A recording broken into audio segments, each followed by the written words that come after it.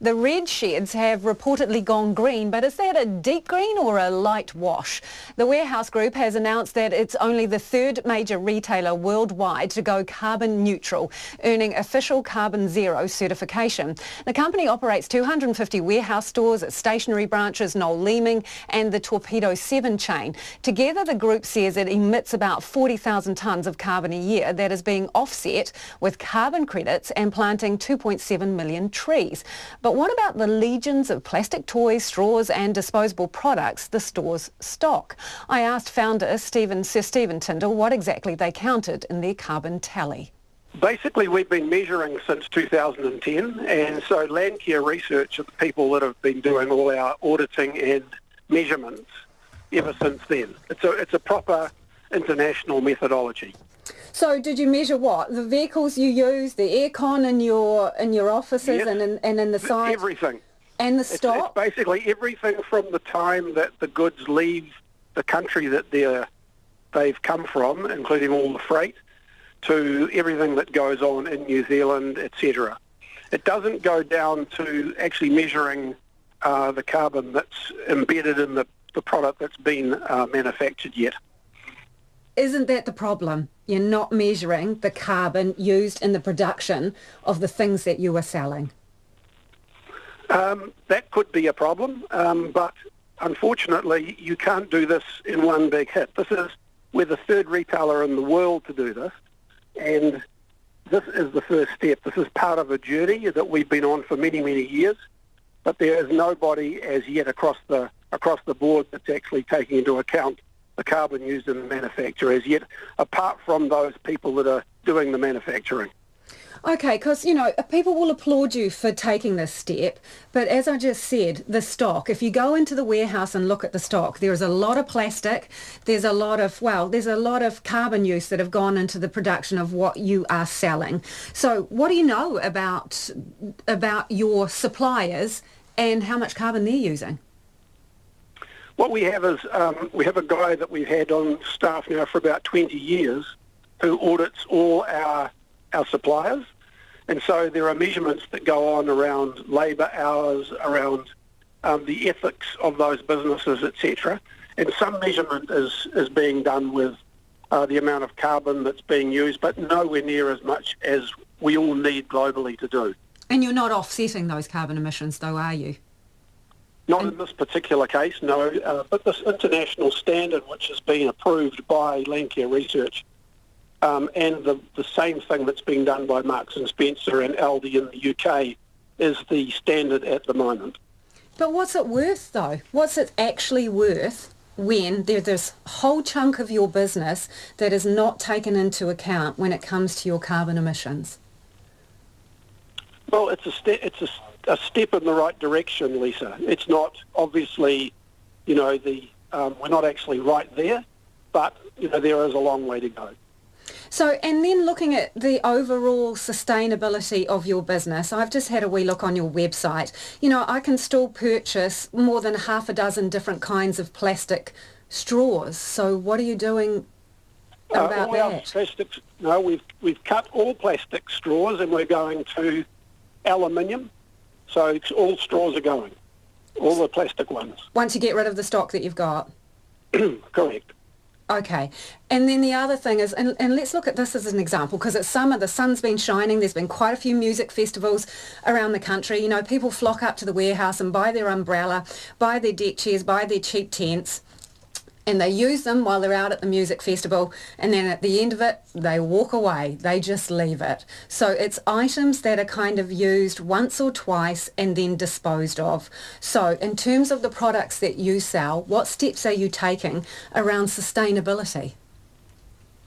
Well, in that particular case, we've actually been working with an organisation to look at what we can do about those products, whether we can recycle them, whether we can have a renting type system. There are things that we can do, and we're looking to do it. And so what about other short life products? I mean, what percentage of the stock that you sell do you think are short life products? I couldn't tell you that, but we put together... It's an important question though, isn't it? If you're looking to move to this... Question. Yeah. Yes, it is an important question. But we don't measure what are short life products at this point in our journey, but it's probably something we need to do.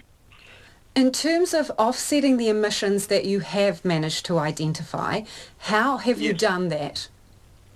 How are you offsetting them? They're being offset right now by, number one, the emissions gold standard program that we're doing with Landcare Research in 3 countries, in China, India and Bangladesh, countries that we actually operate with. And the programs that are going on in those countries obviously help them as well from a societal point of view, because they are, utilising their local community to create these credits. So you're buying carbon credits to offset your emissions?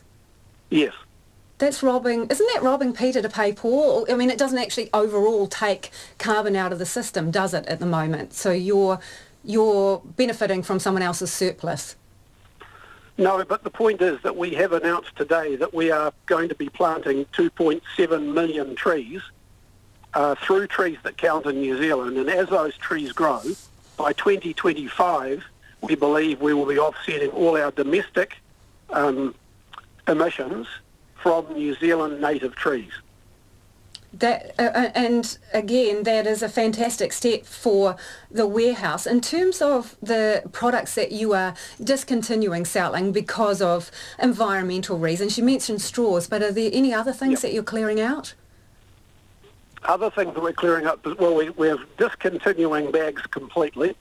We had a program back in 2011 where we stopped giving away plastic bags. We started charging for them, and as a result of that, we've been able to give $4 million back to the community. What about stock? And our plastic bags have gone down by 70%. What about stock products that you've identified? So straws are one of the things. Those, what are they? Those LOL dolls that have about 14 layers of plastic and are made of plastic. Are there any items like that you're going to say, you're going to take a stand on and say, we're not going to sell these because they're not sustainable, they've got too much plasticky rubbish around them, goodbye? Any? Right. That is part of the announcement today, that we're actually setting off on a program to do that. So, we've got... in terms of reducing the use of plastic in our packaging, for example, already Noel Leeming, for example, recycles all its polystyrene that goes into new products, which is picture frames, etc.